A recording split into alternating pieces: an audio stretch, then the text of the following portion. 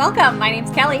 My name's Jamie. And this is Fanimated, an animation fan podcast where we get a chance to geek out about our favorite animated media. And you are here to join us for the final episode of Fanimated. So thank you. It is an honor to be talking in your little ears. And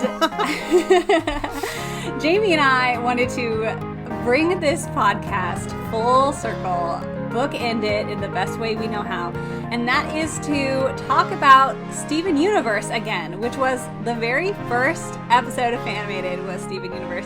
Now we've done several episodes on Steven Universe, and now we want to talk about Steven Universe Future, because I mean, what a perfect topic to end with too, because it's all about moving on, moving forward. Could not be more tied to that. Yeah, exactly. So kind of shocking, actually. It's honestly perfect, and I'm just so happy with the way the universe has just like put these pieces together perfectly. So we will try to get through this episode without crying. I was about to say, yeah, it's like we're a Fanimation podcast where we get the chance to geek out and cry. Yeah, geek out and cry, and you can find us on YouTube at Fanimated Podcast, Fanimated, because I will be posting occasionally over there if you really miss us, and you'll be able to find all of the old episodes on our YouTube channel. So if you ever need to go back and listen to some uplifting animation content, that's where it'll be. And yeah, so we should just dive into it, because just go for it. Yeah, Steven Universe is here for us all the time to help us through our mental anguish. And amplify it a little bit sometimes, yeah. Yes, exactly. I did not get through rewatching this without crying, actually. Definitely, same, yeah. Definitely crying. Yeah. So, Jamie, what's a quick recap of your, connection with Steven Universe as a whole? Yeah. So I watched the whole series back in... Boy, it must have been during college, right? Because, I think that's when the later seasons were coming out. So I remember I wasn't caught up the entire time, but I was caught up before the show ended. So at that point, it was going through every hiatus, catching every season finale and stuff. And then I watched Future as well at the time it came out, but I haven't watched it again since then. So we had this recording planned, and as every week passed, I was like, I still haven't watched Future yet. I should really get around to that. And then it got closer and closer, and I did binge the entire thing in the last 24 hours. Hey, I just finished rewatching it yesterday, so I'm here for this. Yeah, absolutely. Right, so it's extremely fresh in my mind. Yeah. Steven. Yeah, I'm trying to think of what I'm trying to think of what the show means to me, if I have anything like that. But I might just save that for when we're talking about the end, because the show as a whole, you guys have done such a good job of exploring the themes and stuff, and it's just it is that kind of show that you grew up with, even though not necessarily my younger childhood, but before college, during college, I think it was right around that time that it started, in fact.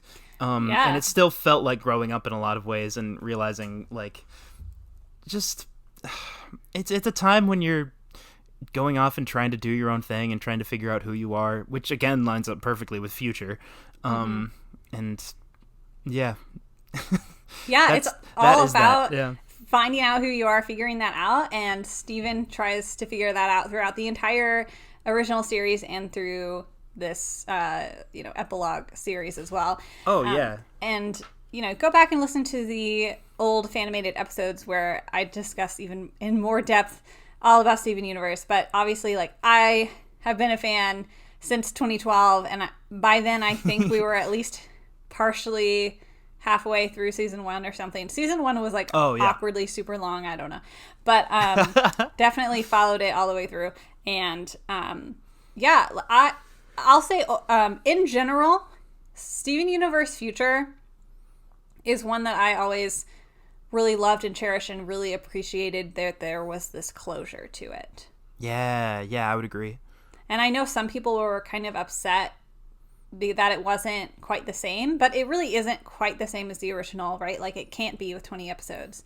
Yeah. But I think it does an absolutely phenomenal job of bringing Steven's whole arc kind of not even to a close, but just to a conclusion of some sort on to the next. It helps bridge into his next chapter of life, because he is still a kid and he still has a lot of growing to do. But it kind of, it's so rare to get like a lot of time with characters after the climax of a story. Yeah. And so getting to experience that with Steven Universe Future is really special and really awesome. So like in, 5 sentences or less, Jamie, what is the basic synopsis of Steven Universe Future for those that don't know? Steven Universe Future is like, I was trying to think of how to describe it earlier. It almost feels like a spin-off, except it's the main character. Mm-hmm. And for some reason, they made it work. Like, they were like, okay, after absolutely all of the craziness of the end of the main show and also the movie, after all of that, like, galaxy-spanning end of multiple worlds, all this completely wild stuff, after all of that, what does the hero do when they're trying to just like move on with their life at this point? How does that affect them mentally? How does that affect their relationships? And once all of that crazy danger and stuff is past and things are settling down to quote unquote normal, what does that look like? And it just explores all of those questions in a relatively short time. They only have 20 episodes compared to like, I don't know, like there was like 100 in the original show, wasn't there? Oh, so many, yeah. Over 100 for sure. Yeah. And they don't have a ton of time, but I was so impressed by genuinely how seriously they took it. And not to say that it's not a funny show, because some of the episodes are the funniest I've ever seen. Mm-hmm. But like they do, maybe respectful is a better word. Like they do not take for granted any of the things that he went through, any of the things he's going through now. They're really looking at it from like a genuinely empathetic angle of like, how would this affect someone, especially when they're kind of trying to move on from it and also kind of trying to ignore it. Mm-hmm. So that was a very, very long convoluted sentence, but Steven trying to deal with his trauma, the show. Yes. They even outright say that at one point, which really surprised me. I kind of loved that they had a character be like, yeah, dude, this is trauma. This is how stress works. And I was like, oh, wow, we're getting into it. Okay. Exactly. It's like, you have PTSD, Steven. From so much. So much. And it's really, like always, Steven Universe is showing us, mental health and how to get through it, and it's so wonderful and fantastic. And for Steven in this one, it's kind of refreshing, like, to see him be kind of an anti-hero in some ways and eventually turn into a physical monster, which is his culmination of stuffing all of his feelings inside. But in the original series, he's like, the joke is, and I think they make it in the show, like, Steven Universe will make friends with anybody, and that's kind of like his thing, right? It's like, okay, every single villain gets to be best friends with Steven. He sings a song, everything's magically better, and yet he's like struggling with like, well, who am I now that I have no one to help? Yes, that is also the plot of it. Yeah. Like, and overarching. And like the original series is all about him discovering himself, like you had mentioned earlier, like. And he finally discovers at the end of the first series that he is not his mom. Like, he is himself. Right. That's like the big climax, emotional climax of the whole thing. And then in this sequel, he's got to discover what is Steven actually. And he doesn't fully answer it, but he is able to step forward into a new chapter of trying to discover that, which is really nice. I think one of the most interesting parts of that question is him having this realization of how much he has been latching onto all of the people around him. Mm-hmm. And like, in a lot of angles, that's a good thing, because he has spent a lot of his time and a lot of his energy on helping people. Great. 10 out of 10. Love it. Wonderful. He's the most loving protagonist I can think of. He's like always trying to be there for people. but it's not really until this series, I don't think, that he has this moment of realizing, oh, that has the dark side of, I also don't want to let them go, and I don't really want them to live their own lives if I'm not able to be a part of that. There's one episode that really highlights that in particular, where he suddenly realizes all of his best friends, his human friends mostly, all of his best friends have, like, huge things happening that he was not aware of. He's like, where was I? I didn't see this. And they're like, yeah, it was private. Like, we have our own things going on. And he is so mentally unable to deal with that he accidentally traps everybody in a giant magical bubble. But that's really neither here nor there. It spirals out of control like it always does. And, like, it's such a, the question of, like, who am I think is a perfect choice for this show, but I'm also wildly impressed at the detail they added to it of him having this moment of, like, not just who am I as a person, but also who am I specifically without all of these other people that I've been putting so much of my identity into. Yes. And that, like, of course, gets tied up with how he feels about Rose. It gets tied up with, like, him feeling like he's always making mistakes, because he still has a lot of, like, he still has a lot of feelings of, like, oh, I'm never doing anything good enough, I'm always messing up. He still has a lot of that from the original series. So all of these things are, like, dovetailing together and getting combined. And in my opinion, the last person on the planet, literally, who should be helping him with this is Jasper. The reason I bring up Jasper is because in the first episode, and also towards the end of the show, Jasper is the person he goes to when he's like, I cannot figure out why I'm so mixed up about everything, even though everything is technically fine and the day is saved. And Jasper is the person he goes to and, like, ends up fighting in two really interesting scenes, one when everything is mostly fine and one when things are really starting to get real. And, like, because Jasper is also a huge ball of issues that need therapy, she doesn't necessarily make the situation better. And Steven, like, kind of pushes himself into this kind of further along the way he was already going, which is, like, I need to be there for people. I need to fix everything. I need to figure out every problem and not have any issues dealing with it. And because he's not able to do that, because he's not able to... gosh, there's so many different things I want to talk about all at once. I want to talk about how he, like, kind of wants to oversee all the gems and their lives, and he wants to, like, have some control over that, how he wants all of his friends to stay the way they were, how he wants everything he does to be perfect and helpful and good, and, like, each one of these things is slowly falling apart. There's different episodes focused on each one, right?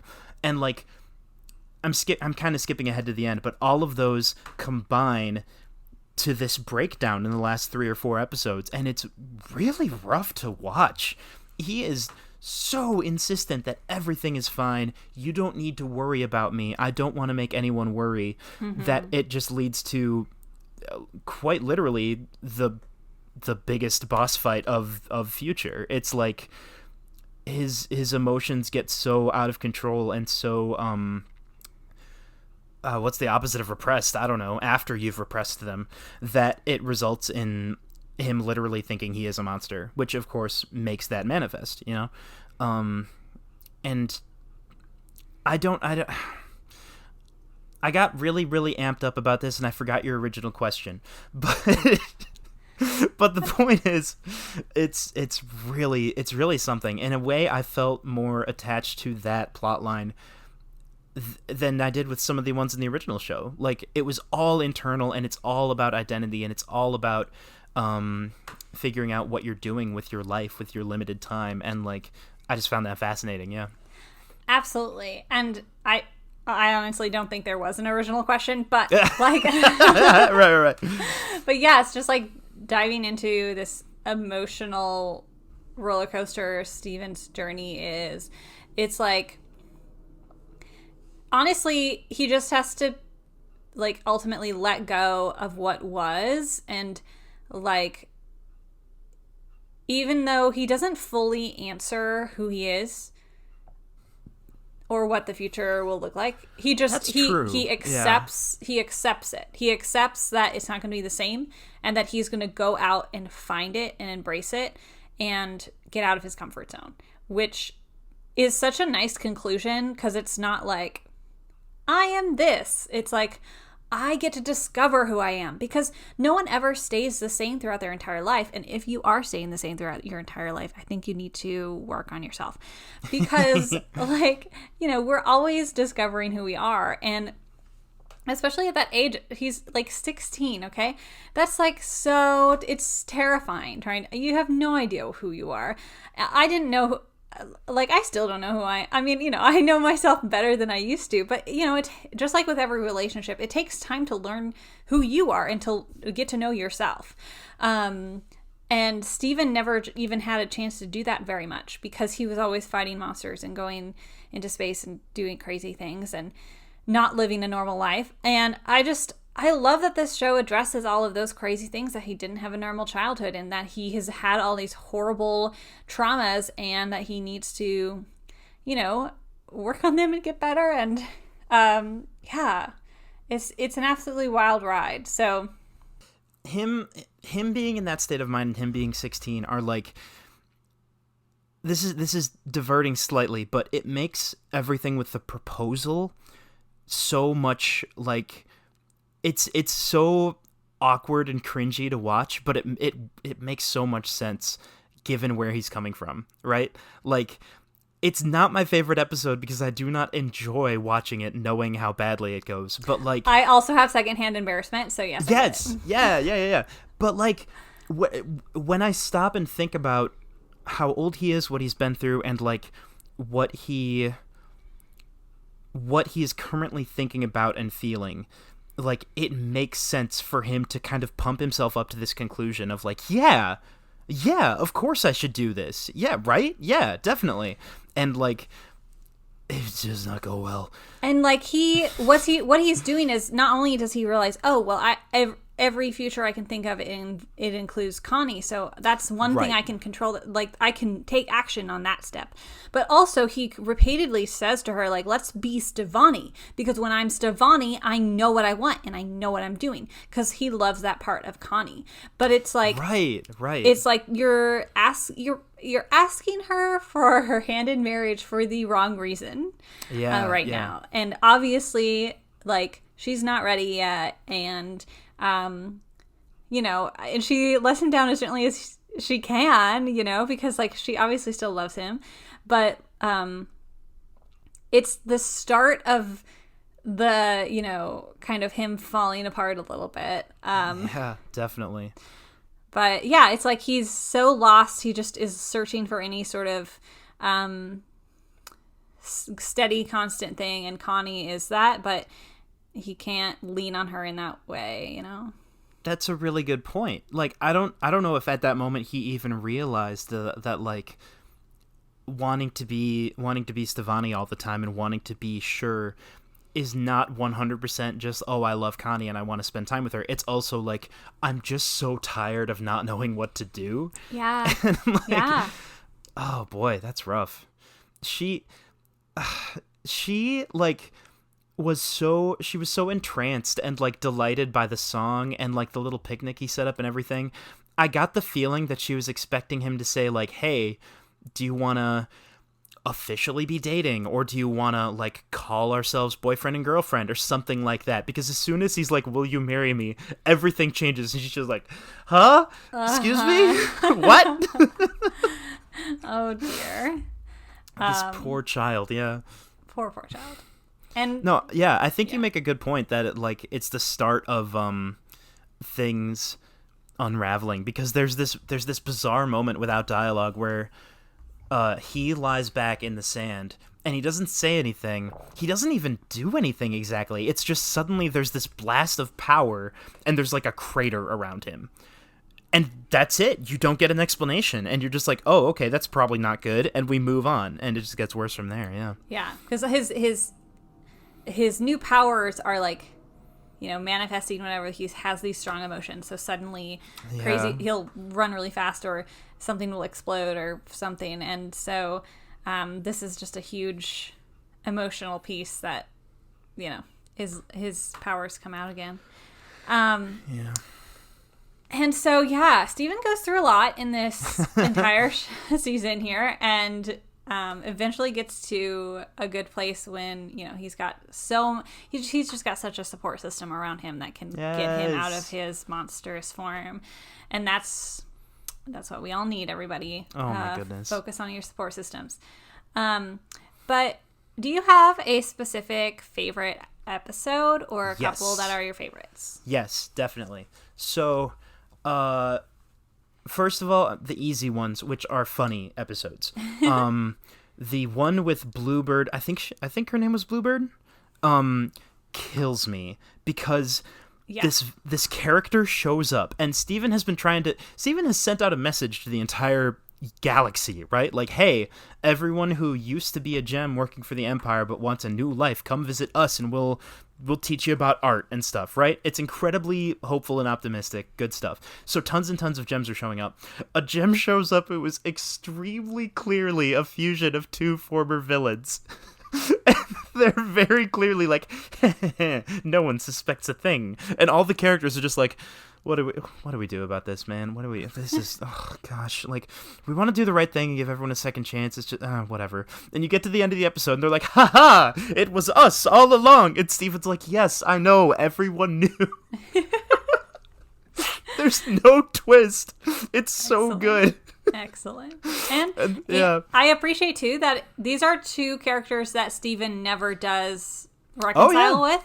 They still fly hate off him. And, with their vengeful fists in the air saying, we will be back. They hate him so much. He gives a whole speech about how they don't need to be ruled by their, fear and anger and everything anymore, and they can, live new lives. And the speech gets cut off because they both hate him so much that it makes them fuse into, a new fusion born purely out of Steven hate. It's amazing. And then Greg's hair gets cut off and Garnet goes, no, and the episode just ends. Excellent choice. Oh boy. Yeah.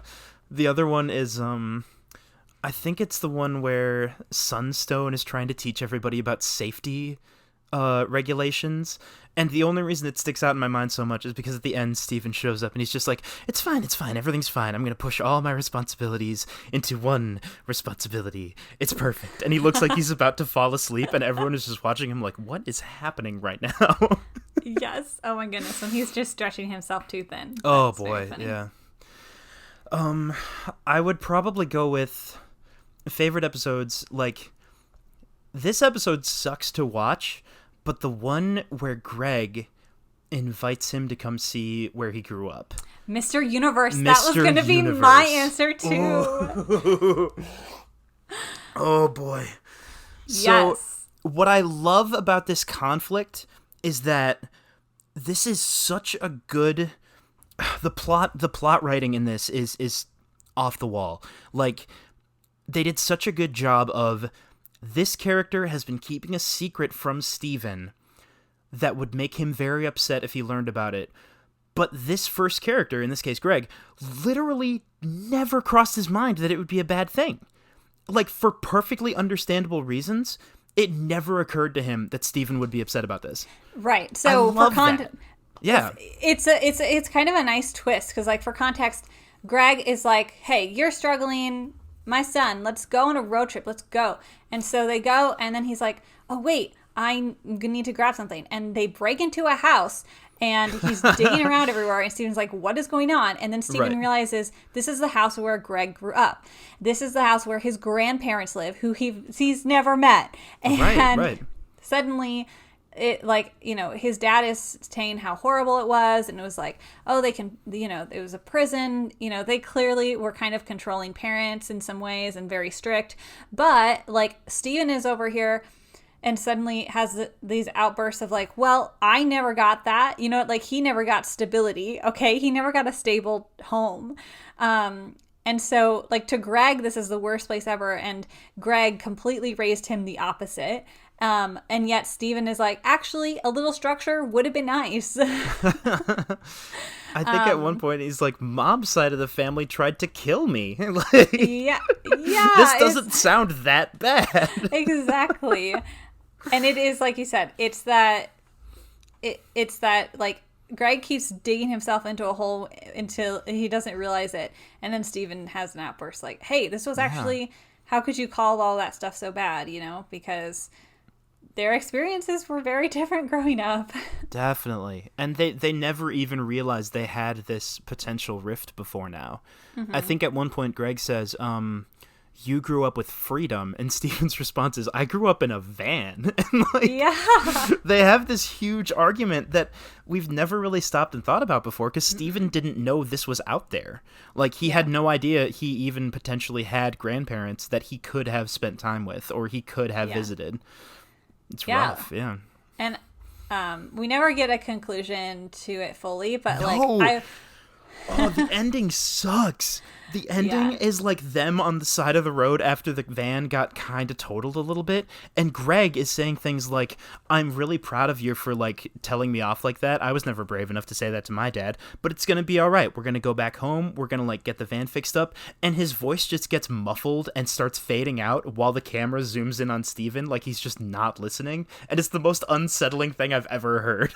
Yeah. And it's such a good episode. And in that uneasy feeling, it's like, it really helps you feel how Steven is feeling. Definitely, yeah. Because, like, you completely get it, because you've seen everything that Steven went through. You don't really know anything about Greg's childhood except what he's saying right now. So you're kind of on Steven's side, I would argue. But, like, oh boy, it's rough. It is. That's a great episode. Any others you really like? Yeah, I'd probably talk about the very last two. I'm trying to think if there's anything else. I loved volleyball. Everything with that was fascinating. Yes. Everything with they somehow keep finding new ways to look at Rose, even though it's been such a long time now, and I can't believe it. It's not just Steven this time; it's also Pearl. Like, realizing that there is still so much they don't know, and they're still making so many assumptions. And of course that only furthers Steven's whole story of like how frustrated he is. But like, when the two Pearls are finally able to like open up to each other and understand each other a little more, I don't know, there's something really wild about that. There was something about like that I had this person I loved, and I know I don't know everything about them, but it's one thing to say that, but it's another thing to have another character tell you, like, oh, no, that person that you remember so fondly really, really hurt me, like, in an awful way. And, like, all three of these characters are basically just trying to reconcile with the stuff they're learning, and they don't know how to do it. Yeah, because they know Rose or Pink from two different times in her life, and so that's like, right. They're different. You know, we're all different people throughout our lives, and so they each have a different picture of who Rose was, and when they, you know, can actually start communicating, that's when they can kind of see the bigger picture and understand each other better. Yeah. No, that's a great one. I'd say another one that I really loved, which has my favorite song in all of Steven Universe, like truly of all of them, is one we kind of mentioned a little bit already, and that's Little Graduation, when he does have his freak out that all of his friends are leaving him, and he creates this big shield where they're all stuck inside of it. Because Sadie sings a song, or she's like, I'm looking forward now, you know, and it's such a like small little song, but it's one of my absolute favorites. And it's just like, you know, that's who I was, and I'm moving on to this. I'm looking to the future now. Like, I don't have to let the past weigh me down, and I'm looking to be a new me. And I just really love that song a lot. Oh my goodness, yeah. I forgot a little bit about the song, but yeah, now I would really want to go back and listen to that again. Like, it was also so rough because it was so perfectly opposed to what Steven was trying to do at the time, which is keep everything the way it used to be.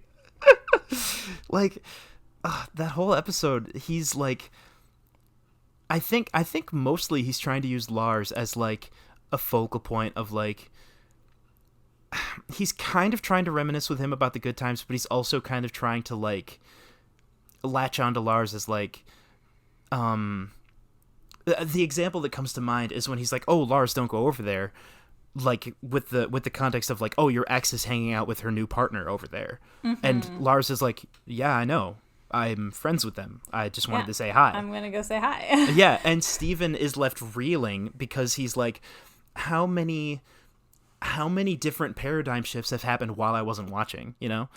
And just like you said, that song is a huge, like, it's kind of a wake-up call. Yeah, it's really like this attitude he has not been able to put into place yet. Yeah. What am I trying to say here? Like, that strikes me as there are a couple times in Future where it's like the vibe I'm getting, I don't know if there's a line that directly speaks to this, but the impression I'm getting is that like Steven needs to recognize something or internalize something that he feels frustrated he doesn't already have because he's helped other people figure it out. You know? Mm-hmm. I think that happens when he visits Homeworld too. He directly asks Spinel like, "Hey, how did you get over like this rage you had?" Because he's feeling a little bit of that with his powers and stuff. And she's like, "Oh, I met you." And he's just like, "Oh, cool. That's super helpful." Yeah, it's like the best and worst thing you could say right then. Yep. And it's fascinating how this person who has become like a beacon across the entire, I keep wanting to avoid the word universe, like a beacon across everything in the show's plot of like everyone can help each other, everyone can grow, everyone can change. That person who is the symbol of that is himself having so much trouble with moving on. And I love that. That's fascinating. And Spinel even spits his own advice back at him. Like, yes. I can make a difference. I can make a change. That was haunting. It was like a horror movie because they have this like unsettling music playing while she's singing that doesn't match at all. And like he's literally running away because he knows this can't help me right now. Why can't this help me? What's going on? What do I do? It's so rough to watch. And like having this other character who's the personification of like, yeah, it all worked and I'm better. Like having that right next to him, you just 100% get the feeling of like, what's he supposed to do? What's going on? And of course, one step of it would be to talk to the gems, which he's been avoiding doing. But even so, you really do get in his head with the feeling of like, I can't find a way out of this. That kind of brings me to the ending and what I was going to talk about. Like the second to last episode with the fight, all of the gems are working together to try to stop him, trying to figure out how to help him. All the gems and Connie and Greg and the diamonds even. There's all kinds of characters there. And they finally get him to stop rampaging. They're basically all hugging him, even though some of them are like 1/100th of his size. And the group hug and them all telling him they're going to be there for him is sweet, but it's not really my favorite moment. It's like a little on the nose. Like it's all good. But the reason I love the scene so much is because when Steven finally turns back to normal, and it's like all of this crazy tension that has been building up is finally gone, and he can start healing again. I think I would have disliked it if he had said anything, really. If he had said like, "Wow, guys, you really helped me out. I love you so much, and I've learned da-da-da." Instead of any of that, I swear it is like an unbroken, like 15-second long audio take of him sobbing so hard that he can't speak. Oh. It is so rough, and that's where I lost it. That's where I started crying for sure, because like that was so much more effective than any than him trying to put a little bow on anything with certain dialogue, or him trying to explain anything, or Lion just pops up in front of everybody and just starts licking his face, and he just completely breaks down. Like, that really got me. And in a way, I felt like that I want to use the phrase "put into words," even though it's the opposite of putting something into words. But I got that, you know. I felt it communicated something without words. Yeah, 100%. Much better than any dialogue would. Yeah. I agree. And then the following episode, even though it's still only 11 minutes, oh my gosh, they put in so much. Like, there's callbacks, there's the cookie cat thing. The crystal gems from the very first episode. Yeah, from episode 1, the gems get to rap about it. Steven gives everybody going away gifts, and they're all like super sentimental and incredibly sweet. And there's even like a little mini arc about the crystal gems. Now they're the ones trying to pretend nothing is wrong, and they're not like heartbroken about him leaving. And when he comes back, and they're all like, "Oh my gosh, thank goodness, I can't take it." And they're all sobbing. He says goodbye. He leaves. He's driving away, and then he turns right back around and is like, "You aren't sad that I'm gone." And they all break down. That's when I started crying, because I was just it's the best. They're saying goodbye. I can't. I'm so glad that it ended with a focus on Steven and those three, because like from episode 1 of the original show until now, they have always been a family, you know? And like that made me so happy. Like, of course I'm glad that everyone else is there. I'm so glad Connie and Greg are there because they're so important to him, and like, but all the same, the crystal gems just like, gosh, it's been like 10 or 11 years now, right? It's like we grew up with the story of these weirdos. Yeah. It's Garnet, Amethyst, and Pearl, and Steven. And Steven.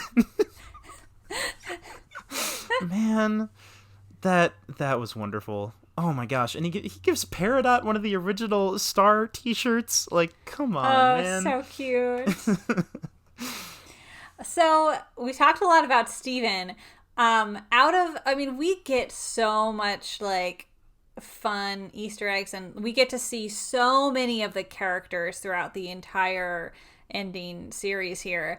Like, what was your favorite character that we got to see, you know, resolve something or grow in a different way? Which character was your favorite outside of Steven? Oh boy. I might break it up into Goofy and Serious again. Great.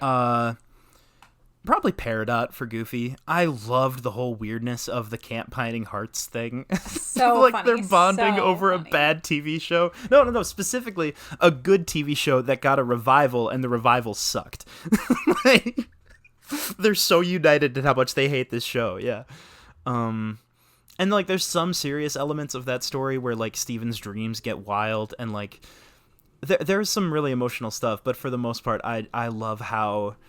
I mean, she's so over the top. She's such a fun character. Like, I'm so glad that she got to be in it, even if it was just for a short time. I agree. Peridot was like the OG, like, reformed villain. Yeah. And also the OG, like, this villain seemed really serious and intimidating at first, and then we found out she was literally using fake arms and legs because she's actually quite small. She's actually quite cute and adorable, yeah. A+ character design. This could not be better. This is better. Magical, yeah. Peridot is such a nerd, and I love her. I think I have... Oh, boy. I think I have an answer for which side character I like their inclusion of the most. Okay. And I don't like it, but it's the truth, because it's Jasper. I knew you were gonna say it. Oh man, like, okay, the first episode, I'm gonna try to go through this as fast as I can. The way Future starts is really interesting because it gives you the perspective of a shattered gem that has come back, and it's like, oh my gosh, what is this strange new world that I'm in? And Steven gets to kind of explain to them and the audience, here's all the stuff we're doing now. The Empire's gone. We're calling it the Third Era. I've got this school set up for gems. Like, I've got this whole thing going on. I'm going to introduce you to all of it. And as the audience, I'm like, oh, cool. This is great. What a cool way to start this new series. I'm totally on board. And then you find out, like, but Jasper is not. Oh my gosh, I guess we better go talk to Jasper. And he goes and talks to Jasper and tries to get her to join. And stuff starts getting strange. because Jasper accuses him of using other gems to, like, fix the way he feels about himself. And I'm watching this, I'm like, huh, okay, that's a weirdly vindictive thing to say. Cut to, like, 20 episodes later when I realized she was kind of right. Oh, no. And, like, that's not even getting into the second fight where, like, spoilers. Okay, so another thing Jasper tells him is, like, you're nothing on your own. And then they fight once. He, like, starts asking her, can you actually teach me some things? Because I feel like I have something to learn from you. And he, like, keeps visiting her and stuff. And then, once we get to episode, I think 15, but I might be wrong, comes back to her again when everything is falling apart later in future, right? And they get in another fight. Steven's powers have really gotten crazy by this point, and he's, like, cut himself off from all the other characters, and he's with the most unstable, volatile person in the whole show, and Steven kind of shatters Jasper a little bit, is basically what happens. And putting that event into the plot is one of the most fascinating things, I think, because it really changes my perspective on Steven. I meant to say this earlier. I think I kind of appreciate Future a lot more than I did the first time because, like, knowing where everything is going, I feel like I was noticing a lot more in the early parts of the show. One of my other notes is you could argue everything in Future is foreshadowing to the ending because all of his emotions and mental problems keep resulting in bigger and bigger monsters until the last one, right? So I'm so sorry. I've gone on 3 tangents. The thing with Jasper taunting him and Jasper making all these accusations and then Jasper eventually being shattered. Like, I wouldn't have described Steven as even possibly having an anger problem before this show, but in Future, he has these things that he wants, and when that is disrupted for any reason, be it his plans with the school not working out, or Jasper flat out refusing his help. Whenever anything disrupts that for any reason, he gets really upset. And that's understandable, but there are multiple times that it comes out in, at first, like, snarky sarcasm type anger, but it gets more and more serious, right? And I find that so interesting because you could argue, hey, this is antithetical to the Steven universe we all know and love. But you could also argue, hey, I think that might be kind of the point a little bit, and I'm getting real worried, right? Like, it's... I can't say enough good things about this character study. It is so interesting, and it got so complicated, and I really genuinely believe that Jasper was the big facilitator of that. Yeah. Jasper doesn't even really change that much during Future, but, like, having her here changed everything else, in my opinion. Yes, I agree. Really affected Steven. Good Lord. When she comes back and she calls him my diamond, which she hasn't done until now, she's only doing that because he killed her, is insane. Because he, like, showed his power. Yeah. Now she's respecting him. Like, and he's like, no, please, no. What a thing to put on someone who's already going through an intense identity crisis. Yeah, like, seriously. Good and Lord. He clearly can't handle it, and the show goes on to show that he can't. Yeah, I feel like, oh man, there's so many great gems that we get to see. Like, yeah. But I think one of my favorite episodes too, it just involves Bismuth. Ooh, yeah. They go roller skating.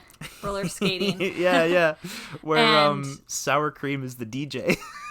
Yeah, he is. Oh, he's killing it. And, Steven is having his own crisis of not feeling like he fits in with the other kids because he's like, oh, yeah, I don't go to school and I don't know these people. But Bismuth is, like, Pearl is helping Bismuth get to know, like, human culture and getting to know her human friends. But ultimately, Bismuth is like, that's great, but, like, I'm here to hang out with Pearl. You know what I mean? I'm like, I just think that's really sweet. And I want them to be together forever and ever at the end.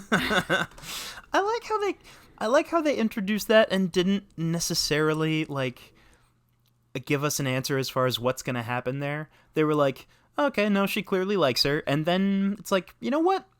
We don't always know how these things happen. Like, I feel like this whole show is like that. It is like, we are not giving any concrete conclusions. Yeah. This is just where everyone is at right now, and there's nothing that's set in stone like super securely. It's just kind of like, this is where people are at, and this is where people are going, and who knows what'll happen. But we're gonna leave things open ended, which kind of leads me to my next question for you. Ooh, okay.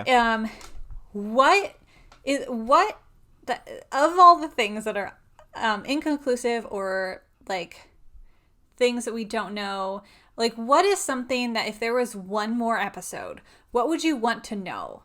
Want to know? If you have to think about it, I have an answer. Oh boy, getting to the end of Future, I don't think I felt anything in particular. It's not like how I felt about the Owl House, where it's like, oh, there's so much I still want to da-da-da. It's like, with this show, I was more just like reflecting on all the crazy stuff that did happen. Like, I don't think anything in particular is jumping out, but I'm curious to hear your answer. Yeah. Well, I don't think it would fit very well in the context of Steven Universe Future. Like, I don't think it fits into the core story, but I'd love to know more about like how the gems were created, or how White Diamond was there, because I understand is like most of the gems are made by the diamonds, and even White Diamond is kind of like, you know, the matriarch of all of this, and it's like, how did this even start? Like, how did this, you know what I mean? Oh, and then, and their great need to just like take over every planet, like, where did this come from? That's a good, oh my goodness, that's a good point, because it is so like, it is so all encompassing for a huge chunk of the original show. And then like, I mean, that's one of the criticisms that the finale gets the most, right? Is that the diamonds turning around and being good guys now happen too quickly and stuff. Like, and I feel like part of that is because it is such like an overwhelming presence of like, they're taking over the entire galaxy. They have all these planets. They don't stop. They're unstoppable.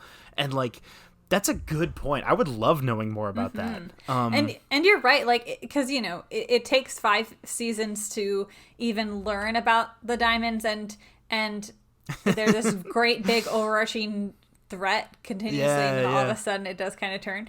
Also, I will also say that like in Steven Universe Future, it's very unsettling when White Diamond lets other people control her. I don't like it. It's that was weird. So strange. Yeah. Anyway, that's just a side note. Yeah.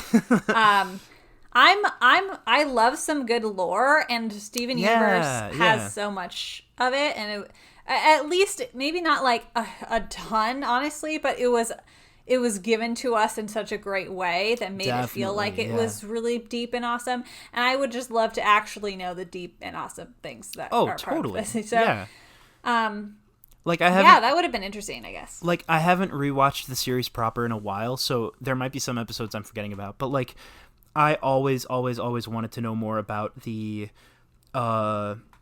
time where the original Crystal Gems, the 3 we know and also Rose, were like actively fighting in this war and stuff. And like there's allusions to it, and there's like silhouettes, and there's like mini flashbacks, but you never see too much, you know. And I that would be so interesting to learn more about. But like, just like you said, I get how it doesn't 100% fit. Absolutely. And of course that only got even more crazy once what's that one episode where we learned the Rose twist and everything went nuts and the fans lost their minds? I don't remember the name of it, but no, I do. It was a pale anyway, something about a pale rose. Yeah. Gosh, I was trying to think. I guess there's a couple characters I would like to know more about. Like, for example, Lapis only gets like 1 episode really. She shows up at the end to help out, but like in Future, she doesn't really have a whole lot to do. But again, this is a cast of so many characters. Yeah. if anyone was upset that Connie didn't really get much to do, I would understand that. Oh yes, good point. Connie did not get a lot to do other than being the girlfriend, and I'm Connie deserves more. But that's she absolutely does. There's one thing I love about Connie's characterization in this, which is that she's the only character who multiple times is like, "Hey, go to the what is wrong with you? Go to the doctor. This is insane." And everyone else is just like, maybe we should keep talking about it or give him some space. And Connie's just like, "You guys, we have hospitals. What are you talking about?" And that was really funny to me. She kind of does it at the end too. All of the characters are like, it's a little bit, it almost crosses the line into silly that all of the characters are like, "Oh my gosh, this is my fault. What are we gonna do?" Yes, everyone's making it about them, and Connie calls them out on it. They're like, she's like, "Take a pity party later. Like, we need to help Steven. I am begging you to stop talking." It's really funny. Yeah, that was immensely gratifying. Yeah, but I also agree that like it would have been cool if she had more to be involved with, I guess, because now that I think about it, this show doesn't really feel like a series of adventures like the original one did. It's more like misadventures, if anything, but it's more like situations that happen and then they have to figure out how to fix it from getting even worse. They're not really. Steven doesn't really go on a ton of adventures necessarily, but he is going through an overarching journey internally. That's absolutely true. Yeah. So what else do you have in your notes that you wanted to make sure you touched on? I absolutely love that in the first episode. Okay, this might be a reach. This might be me just talking out of nonsense. But in the first episode, we see Little Homeschool, and the first lesson that is being taught is how to decide stuff for yourself 101, which is, one, in my opinion, very funny, and two, I'm pretty sure that counts as the overarching theme of the entire show. Sure, yeah. I feel like that counts because Steven gets so paralyzed by indecision later and like trying to figure out who he wants to be, where he wants to go. That whole theme is so difficult, and I feel like that's what I was gonna say. I feel like I appreciate that more this second time watching through it, because the whole cycle of I don't know what I want to do or what I'm meant for or who I want to be. I think I found it. Wait, maybe I haven't found it. Maybe that's my fault. That whole cycle. Oh boy, that's rough. That is somehow both incredibly specific and also feels very relatable to anyone who feels like they're in that stage of their life, you know? This was a bit of a side theme that didn't really end up being the main plot, but like there's a few episodes at least where Steven is determined to reach out to all of the gems who are still out there doing stuff, and in this particular case it's a couple of lapis lazulis who are like destroying planets and like terraforming is the word they use. They're like chopping stuff down and like destroying ecosystems and da-da-da-da. And I just wrote down like Steven is on a quest to get therapy to every single villain in the entire show, even the ones who are trying to blow up planets, which is like, what a weird plot to write into your show. I just find that so endearing, yeah. And again, that not every gem accepts his offer. Oh, yeah. And I appreciate that. And him not knowing how to deal with that either. Like, oh boy. I am impressed at the way the overall tone got more and more concerning and unsettling and dark, even though most of the episodes still found a way to have a little bit of closure at the end and feel like, yeah, episode wrapped up. There's a couple that don't on purpose. I would say Mr. Universe is definitely one of them. Yeah. But for the most part, they did a really good job at finding a way to like keep that overarching downward spiral while also making you feel like, yeah, that was its own story. I really appreciated that. We definitely need to talk about the ending song. Yes! Oh, I'm so glad you brought that up. Oh my gosh. Every single ending is Steven's car driving away from Beach City, and they're playing the song little bit by little bit. So every episode at the end, you hear the next little bit of the song, and then it all comes together. And then, of course, at the end of the show, you're seeing Steven drive off, and so it like all comes wrapping back together.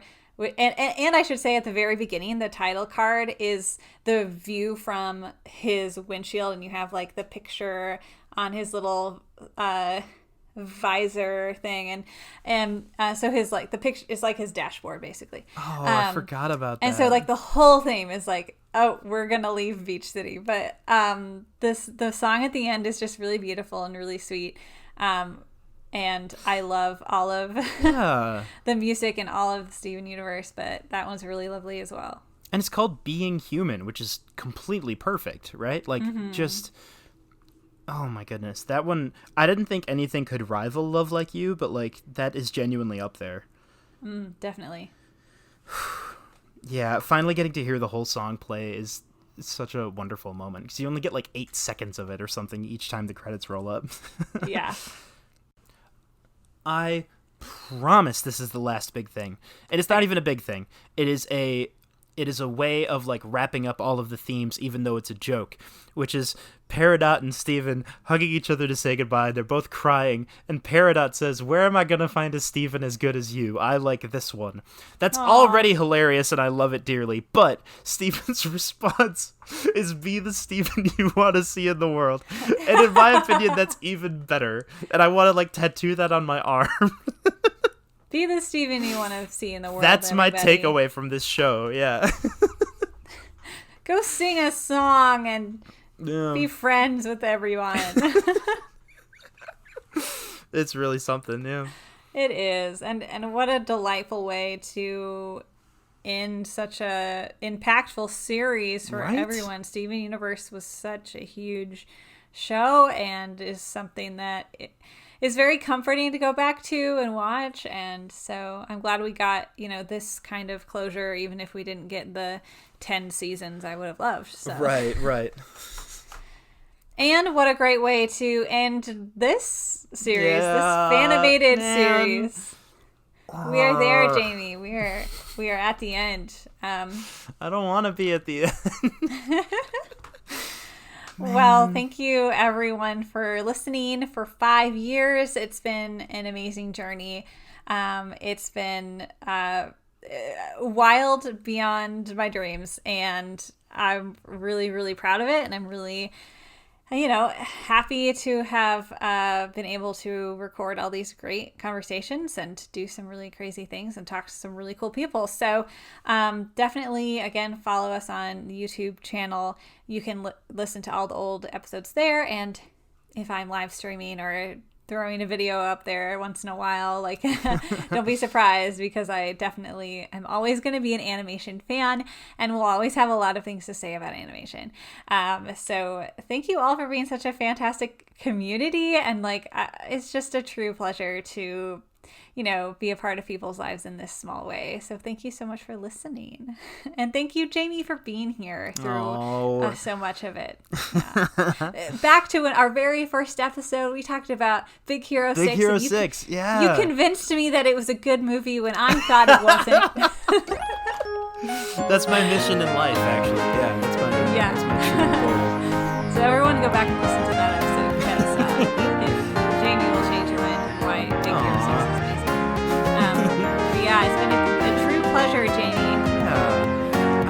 I think I've said this before, probably on most episodes I've been on, but it is it's wild to me that it's great. It's great that you take the time to thank people who've been on the show, but that's also wild to me because from my perspective, it feels like here is an opportunity to talk about the thing that you like talking about the most. Like, you seek out specifically the people who are most excited about each show or each movie, right? And you're like, go for it. And then you're like, oh, thank you for helping me out. That's not how I feel at all. This is so much fun, and I look forward to it. And oh my gosh, what a ride, honestly. What a great idea for a show. What a great execution. What a fun, just like you said, the community and the people and getting to hear feedback and everything. It's been so cool. Yeah. Oh, thank you so much, Jamie. That's so sweet. Oh my goodness. Oh, I knew this would be an emotional ending. Right? But, me too. But glad to be here at the end with all of you. And yeah, I mean, who knows what else, what other projects I'll work on. And you can always find me on Instagram at CandorDraw as well. So keep up to date with crazy things I'm up to. Jamie, you can hear Jamie on Knight's Quest. That's Knights with a K. Yeah. Oh, working on an awesome new season right now. Absolutely phenomenal. So, we're still around, still hanging out, and come find us. Still doing stuff. Yeah. So thank you again. Thank you everyone for being here. Man, I'm even afraid to say it and to get to the final words. But yeah, so without further ado, thank you so much for listening. And although I don't know when or if or how the next Fanimated content will come out, as always, stay tuned and stay animated.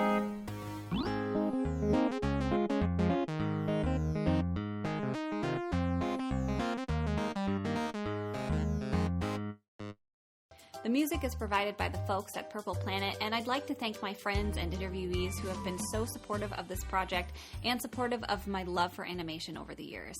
It can be hard sometimes to live in a culture that doesn't always support older fans of animation, and this podcast is my way of working against that culture. I want people of all ages to know that there are lots of us out here who feel the same way as you and support you in your enthusiasm for such a beautiful form of storytelling. A similar conversation was happening on Tumblr recently, and Bex from the blog Tangled BEA had some wonderful words on the subject. Bex's blog focuses on Tangled and Tangled the series, and she references those in her words. She has agreed to let me read them here for you on the pod, so here is what Bex said. It's no secret that I'm in my late 30s, 38 as I type this. And honestly, it's only been since just before the series started that I decided to not try to hide how much I love Tangled from my family, and to stand up to them if they decided to tease me about it. On an almost monthly basis, I try to convince my dad that animation is legitimate storytelling, and that there's no shame in an animated movie making him cry. Age has no relevance to your interests, and you are never too old to enjoy childish things. Society's obsession with making people grow up and leave behind the simple things that bring them joy is just ridiculous. Animation is art. It takes time and effort, and it lives and breathes with us. Hundreds of people work to make this thing we enjoy so much. Artists and writers and sound mixers, the list goes on and on. So love your harmless thing you love. Hold it to your heart and don't be ashamed. If the people in your life are cruel to you for your love, you can always find like-minded people here. People to lean on and to lend you our strength until you can stand on your own. Bex, thank you for sharing those words. I truly couldn't have said it better myself. Let us give each other strength, build each other up, and create a safe place to share our harmless yet contagious love for the art of animation. So stay tuned and stay animated.